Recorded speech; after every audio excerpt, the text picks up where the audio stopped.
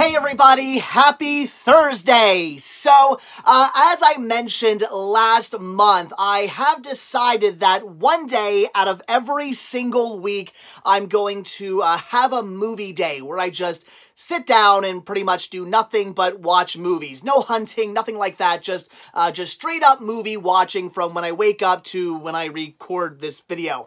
That's what today was. Now last week I did not do that because I had just got back from Walt Disney World. I had a lot of cinema sickness, business stuff to take care of. So also to reiterate, the reason why I have decided to do this is because I've been really slacking on my movie watching, and as I said, what's the point in having this collection and collecting movies in general if I'm not going to watch any of this? I used to watch at least one movie every single night until I decided to start doing cinema sickness full time, and I was not prepared for how much time and energy these videos and shooting them and editing them, and then of course running the store, just how much time that does consume. It consumes quite a bit. So, again, I've been slacking on movie watching, and I gotta fix that. So, today, again, was the day of this week that I did decide to dedicate to movies, and I got 5 in. That's awesome. So, let's see what it is I have watched, starting with The Post. Just recently picked this one up. In fact, I got it like 2 days ago, and amazing. I had really wanted to see this movie after watching the trailer for it, and it lived up to everything I was expecting. I mean, Steven Spielberg directing Tom Hanks and Meryl Streep. I mean, how could you go wrong? I had no doubt this was going to be fantastic in some way, and it was a great story, all about how I guess I don't know what to call it, this study that was done on the Vietnam War. There were all these classified documents that got leaked, and they got leaked to newspapers, and of course Nixon and his administration and whatnot tried to kind of shut that all down. But of course, there's freedom of the press, and the Washington Post, which was a little local newspaper at the time, decided the heck with it. This could risk the paper. We could all go to jail. Who knows what's going to happen to us? But again, freedom of the press. We got to get this stuff out there and get this these documents out there that have been leaked to show people what's really going on with the Vietnam War. And they decided to go ahead and do this and take this huge risk, and it paid off because the courts ruled freedom of speech. They could do this, and they also boost themselves up to this national newspaper because of doing that as well. So great story about all these fantastic characters. Meryl Streep plays this great character. I can't think of her name off the top of my head. Katharine Graham, who actually kind of fell into running the newspaper. Her father ran it, then her husband ran it, and then her husband unfortunately killed himself, and then she just kind of ended up being like, well, here's this paper now, and she could have sold it, but she did decide to take it over, even though she really had no idea what she was doing. And again, it all paid off. So, really great story, very well told. I mean, it's Steven Spielberg, of course it's going to be well told, and Meryl Streep is obviously fantastic in pretty much everything she does, and Tom Hanks is just an acting god. So, it was amazing. So, really, really good story. Really crazy about the Vietnam War and just how the government pretty much knew there was no way of winning it and whatnot, and yet they kept sending, soldiers over there to fight, and it was really all just to kind of save face, because they didn't want to have the humiliation of basically losing the war, which we did.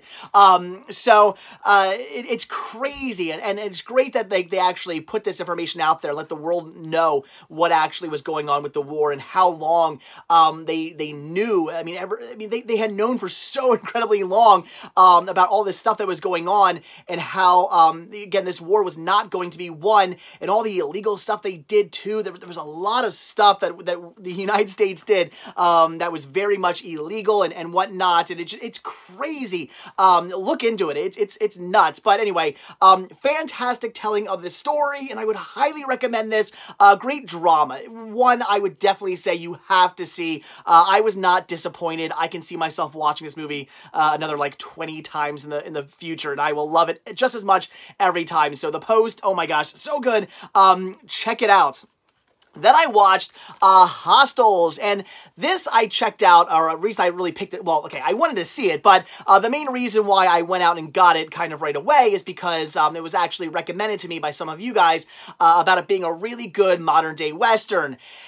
And I would agree, it was a good Western. I did enjoy it. I just wasn't blown away by it. For me, it wasn't anything special. It was just a good Western. If you are into modern day Westerns, this is one to check out. It was a very enjoyable film, and I would very much recommend this movie. It was great. But again, would I put it up there with like my top Westerns or even top modern day Westerns? No, I don't think I would put it on that list. I could see myself watching this again, but no time soon, and most likely only if somebody says, hey, I really want to check that movie out, let's watch it together or something, then okay. But again, I wasn't blown away by it, but I still really did enjoy it and thought it was very well done, and I would highly recommend it. Christian Bale, by the way, in this movie was really, really good. At first, he kind of annoyed me. He was mumbling a bit too much, and I don't know, his character and just him in general, I was kind of like, boy, is this how it's going to be the whole movie? But as the movie progressed, I actually really did start to like him and his character, and I thought he did a really good job with his character. So Christian Bale was really good in this movie. So yeah, again, Hostels, not my favorite Western of all times, or even one of the highest ranked ones in my opinion, but still really good. Worth seeing. Interesting ending. Kind of reminded me of like a Western version of Lock, Stock, and Two Smoking Barrels, if you will. But again, fantastic. See the movie. It was really good. Then I checked out A Little Help.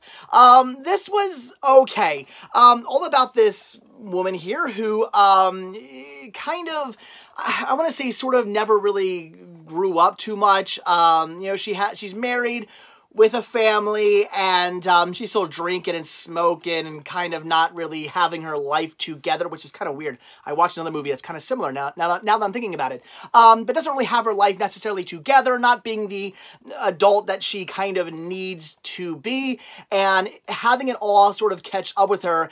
And when her husband unfortunately dies, by the way, I know I'm spoiling stuff, but Chris O'Donnell is her husband. So nice to see Chris O'Donnell back in something. I mean, even though this is from, what, 2010, so, I mean, it's sort of recent, but I like Chris O'Donnell. I want to see him in more movies. But once he passes away, and now it's this woman with her son, and she's got this kind of overbearing mother and overbearing sister as well, and just the craziness that keeps getting piled upon her, and how she's having to deal with it all. But again, she's not really owning up to her being an adult, and she's not handling it very well. But how she ends up having to handle it. Interesting movie. So I would recommend it. It's nothing overly amazing. I've seen movies that kind of have a sort of similar feel. I mean, not exactly the same movie, but again, movies that are somewhat kind of similar that I liked more. But A Little Help is still enjoyable and one worth checking out. If you pick it up for a couple bucks, it is worth seeing. I would recommend it. Or if you're just interested in checking it out, yeah, see it. Then a movie that I meant to watch a long time ago. When did this one come out? 2016, so like 2 years ago I meant to watch this and just never did, and you'll probably understand why. TheBoss. Yeah, Melissa McCarthy. Here's the thing about Melissa McCarthy. I don't hate her or anything like that. I know some people really don't like her. Maybe it's just because I'm such a big fan of Gilmore Girls. I kind of have a soft spot in my heart for Suki.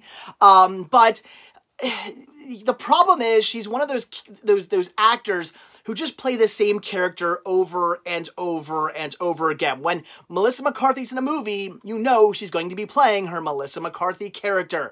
Now, I have nothing wrong with somebody having a style and wanting to, you know, to use that style in different movies, because you kind of start to know somebody. You know Melissa McCarthy's style, and you sort of expect that in certain movies, and that's okay from time to time. But when it's every single movie where you're playing like the same exact character just in a different role, it kind of gets old, it gets stale, and yeah, here we go again.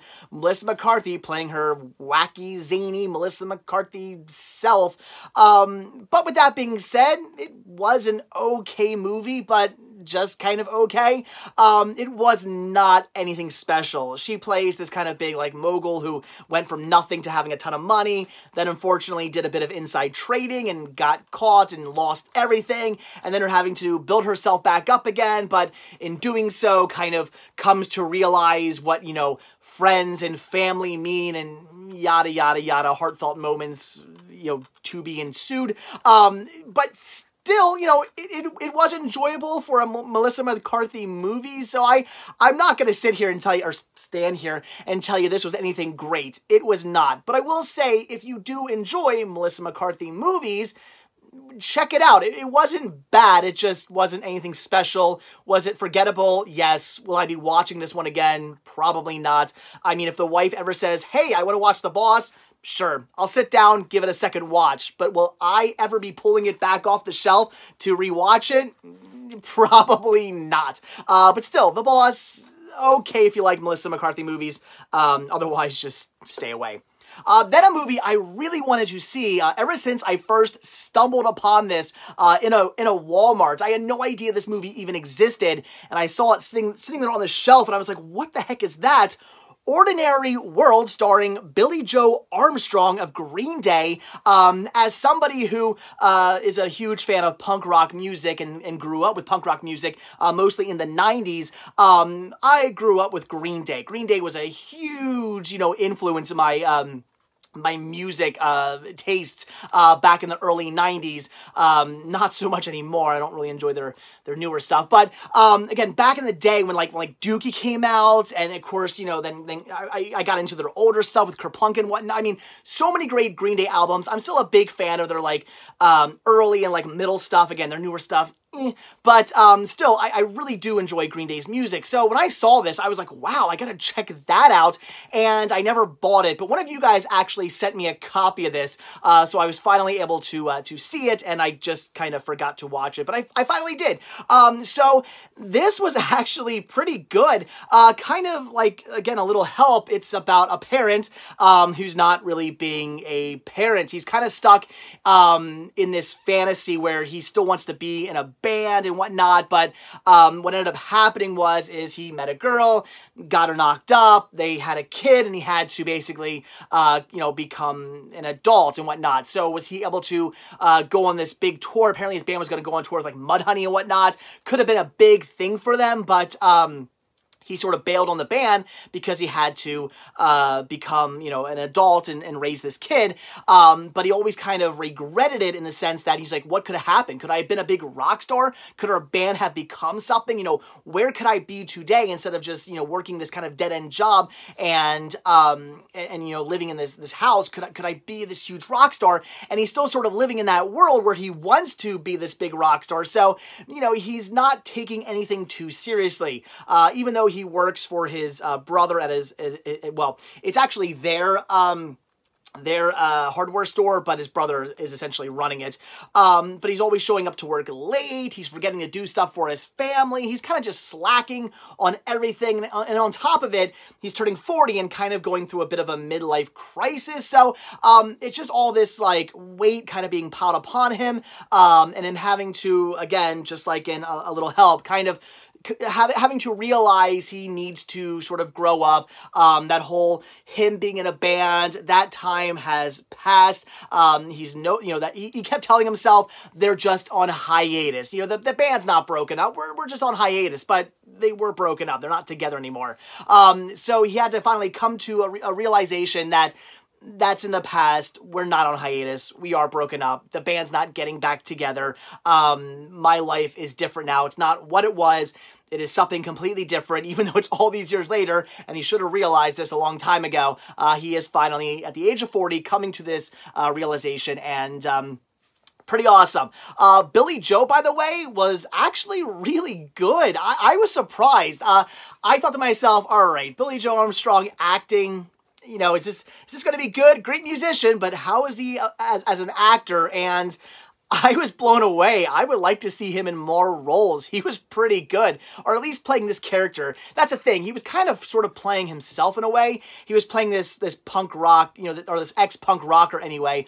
So it didn't feel like a huge stretch as far as his character. So maybe if he, you know, he were to play, you know, an executive or somebody famous or something in a document or in a biographical film or something, you know, could he do that? I don't know. But playing, you know, just this kind of down-and-out ex-punk rocker, it worked. So, yeah, he was great in this. I would recommend it. This was a fun movie, especially if we're into punk rock music. It is definitely something to see. Not that it's like super like heavy on punk rock or whatnot. You don't have to be in the punk rock music to enjoy this movie, but if you are and you're into Green Day, you might like it even more. So I would recommend it. Great cast, great movie, really, really fun.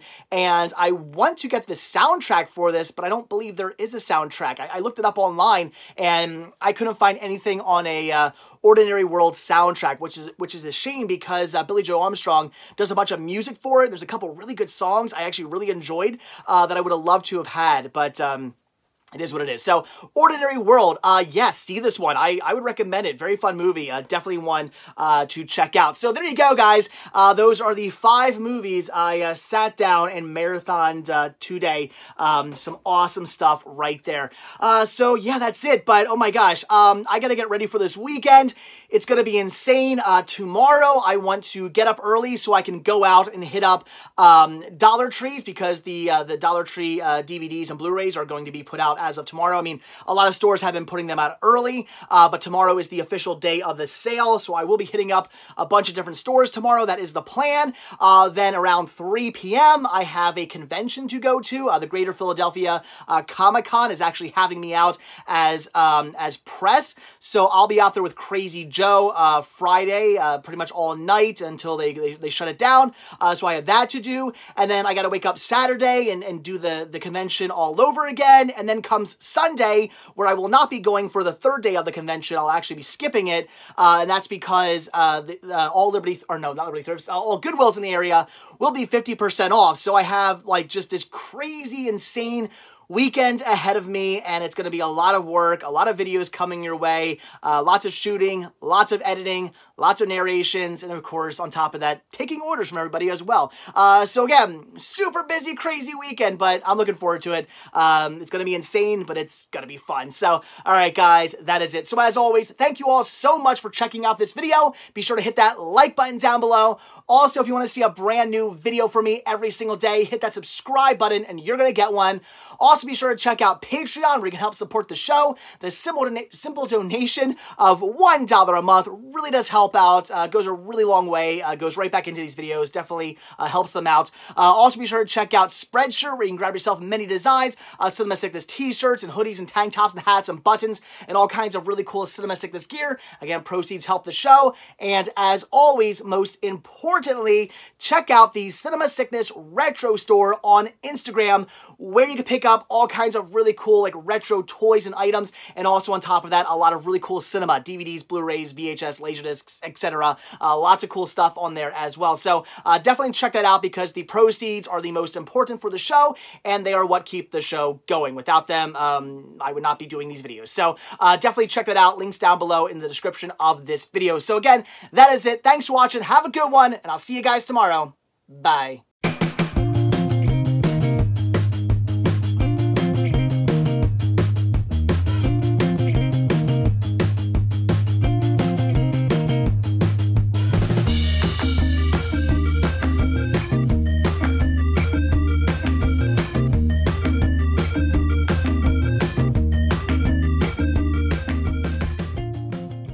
Hey guys, happy Thursday. So as I did mention last month, I wanted to start dedicating one day every single week to just watching movies, a movie day every single week, and that was today. Last week I did not do that because I had just got back from Disney and I had a lot of stuff to take care of as far as business-wise is concerned. And again,